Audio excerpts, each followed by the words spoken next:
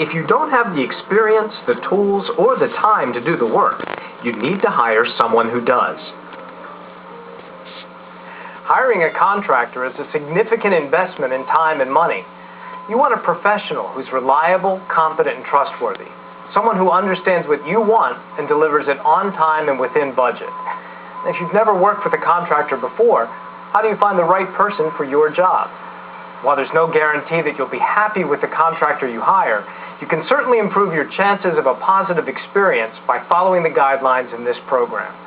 When it comes to hiring a contractor, do your homework up front, and you'll have your homework done right.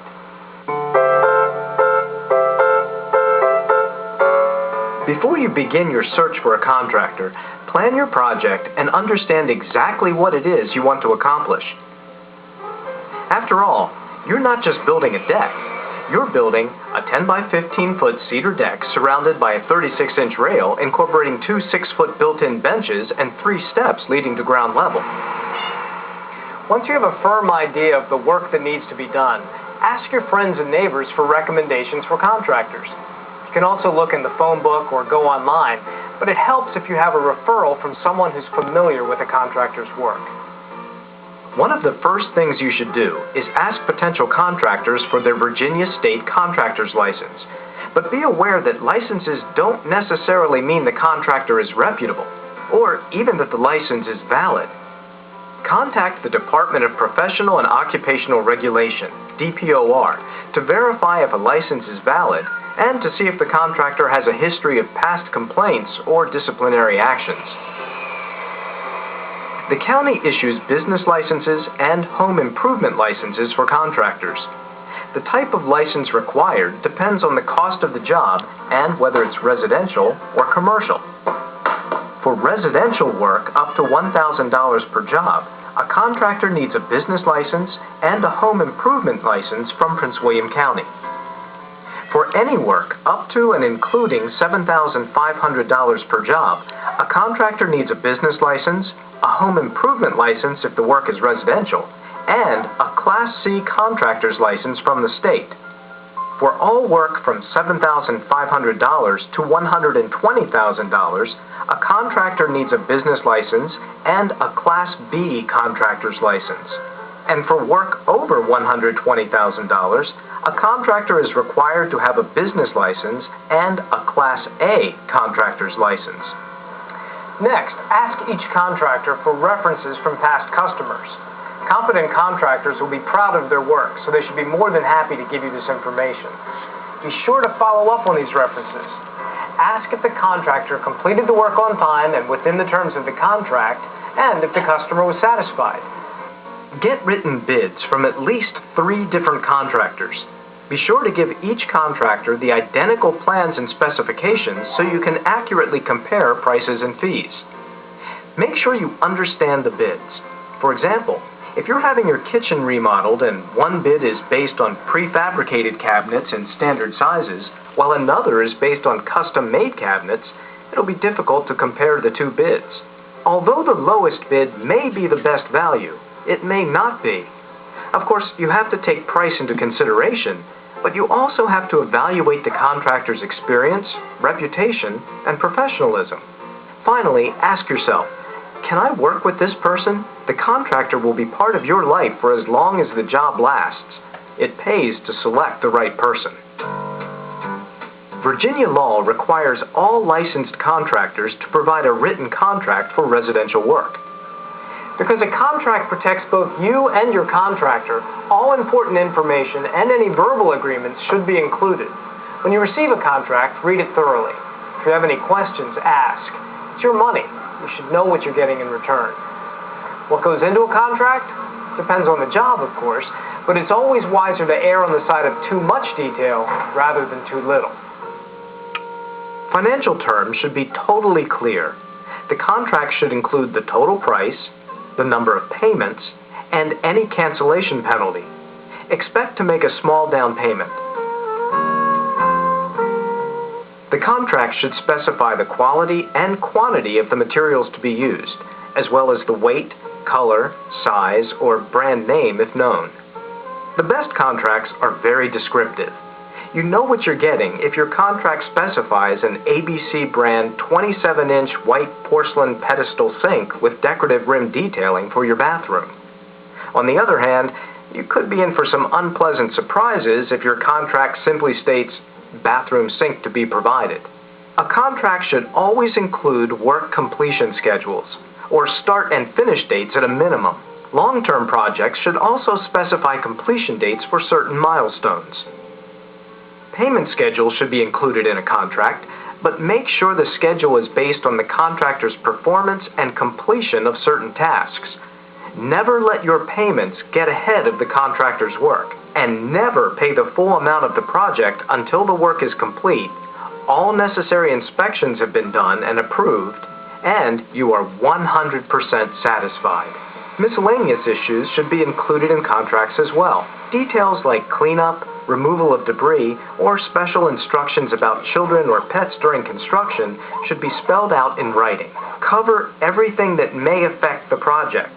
When it comes to contracts, it's almost impossible to include too much information. The county will need to review and approve building plans before any work can begin. In most cases, a contractor or architect submits the plans, but as the consumer, you should always confirm when plans have been approved. After all the required approvals are granted, the county can issue a building permit.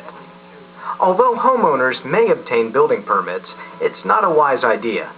This should be the responsibility of the licensed contractor. Why? Several reasons. The person who pulls the permit assumes responsibility for the overall job. And these responsibilities might include taxes, workers' compensation, and other legal liabilities. Do you really want to carry those burdens? Most consumers don't. So unless you're very experienced in construction, insist that your contractor obtain all necessary permits. Any work done on your residence or business should be completed in accordance with applicable building codes. The contractor should arrange for all necessary inspections, but you should make sure the work has passed inspection. As work progresses, you or your contractor may have ideas that weren't included in the original contract. If you choose to add work to the contract, substitute materials or equipment, or revise the schedule, make sure you document each change in a clearly worded and signed change order. It'll be easy to keep track of changes and payments and other issues related to the work if you keep a comprehensive job file with plans, specifications, invoices, canceled checks, everything related to your project. Even if you make every effort to hire a good contractor, disputes can arise over the contractor's work. When problems arise, try to work them out with your contractor first. Put them in writing and discuss them openly. Most contractors are willing to accommodate their consumers.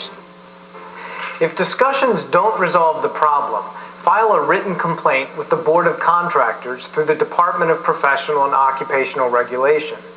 If the contractor is licensed and the investigator determines that a violation occurred, the board may suspend or revoke the contractor's license, impose a fine, or take other corrective action. However, the board can't force the contractor to refund money or correct deficiencies. In some cases, the DPOR may offer alternative dispute resolution, or ADR. ADR is voluntary, confidential, and non-adversarial.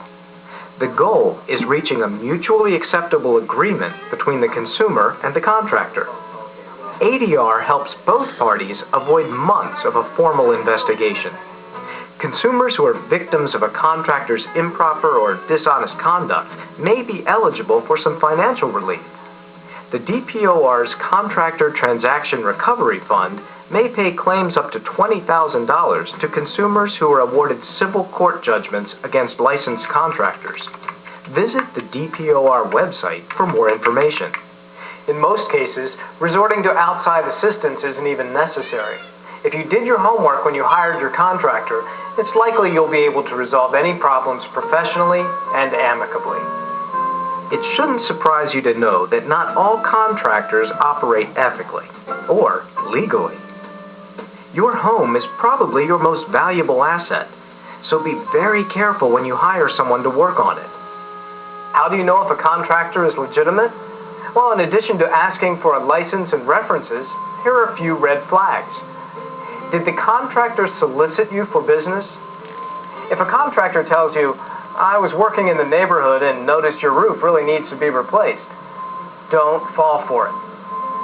Does the contractor just happen to have materials left over from a previous job? Ask yourself, why? Are you being pressured into making a quick decision? High-pressure sales keep you from getting competitive bids or checking licenses or references. Are you being asked to pay for the entire job up front? Reputable contractors have the means to start work with relatively minimal deposits. Does the contractor insist on cash only? Ask yourself why a business person wouldn't have a checking account. Does the contractor want you to obtain the building permit? Just remember, the person who pulls the permit assumes responsibility for the job. Is the contractor difficult to locate? Good contractors will provide you with phone numbers, addresses, emails, and other ways to make contact. Does the contractor say a written contract isn't necessary? Don't believe it. Contractors are required to provide a written contract for all residential work. When it comes to construction and home improvements, there are no guarantees. But if you hire your contractor carefully, and if you know what you're getting in your contract, you'll be able to minimize disputes and avoid scams. You may even enjoy the experience. And at the end, you'll have a project that you and your contractor can be proud of.